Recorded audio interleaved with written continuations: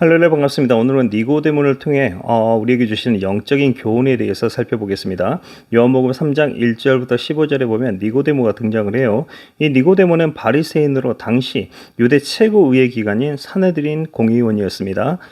사내드린은 유대교법에 의해 세워진 72명으로 구성된 판관들의 모임이에요. 이스라엘의 최고 재판 기구였습니다. 우리는 이 내용을 통해서 예수님과 니고데모의 만남을 통해서 니고데모와 같은 숙련된 신학자, 오늘날 치면 어떻게 보면 신학대 교수 같은 분이겠죠. 이런 분들이라 할지라도 영적인 일에 있어서는 무지할 수 있음을 보게 됩니다. 니고데모와 같은 숙련된 신학자라도 영적인 일은 체험하지 않고서는 알 수 없다는 것을 보게 돼요. 요한복음 3장 2절에 보면 니고데모가 낮이 아닌 밤에 예수님을 찾아왔다고 이야기를 합니다. 밤은 어떤 걸 의미하고 있냐면 니고데모의 영적인 상태가 어떠한가를 우리에게 보여주고 있어요. 니고데모의 영적인 상태는 밤이었습니다. 요한복음 3장 2절에 보면 니고데모는 단지 예수님을 선지자로 보았어요. 메시아로 보지 못했습니다.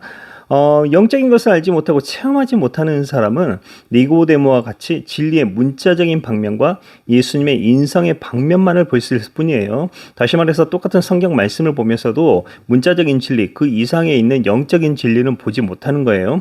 예수님의 인성적인 방면만 볼 뿐이지 예수님의 신성적인 방면은 보지 못한다는 말입니다.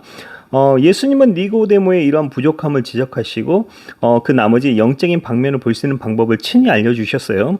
친히 알려주신 내용은 이거예요. 요한복음 3장 5절의 말씀인데 예수님께서 대답하시되 진실로 진실로 내게 이르노니 사람이 물과 성령으로 나지 않으면 하나님 나라에 들어갈 수 없느니라 이렇게 말씀하고 있습니다.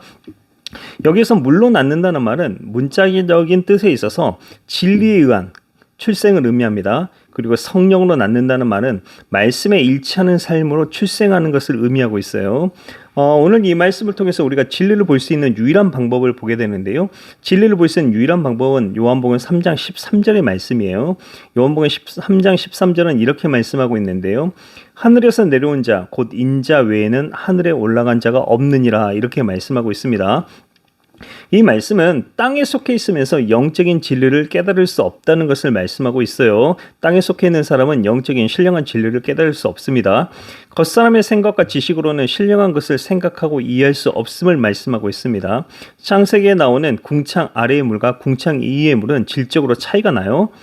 자연과학과 인본주의에 입각한 인문학으로는 성경의 문자적인 의미 그 이상을 볼 수도 생각할 수도 이해할 수도 없습니다. 그래서 이런 분들은 성경을 볼 때 창세기의 천지창조는 하나의 신화일 뿐이에요. 하나의 설화예요. 그리고 예수님의 동정력 탄생도 있을 수 없는 일입니다. 생물학적으로 발생할 수 없는 일인 거죠. 그리고 사람이 죽었다 부활하는 것 이것도 있을 수 없는 부분입니다.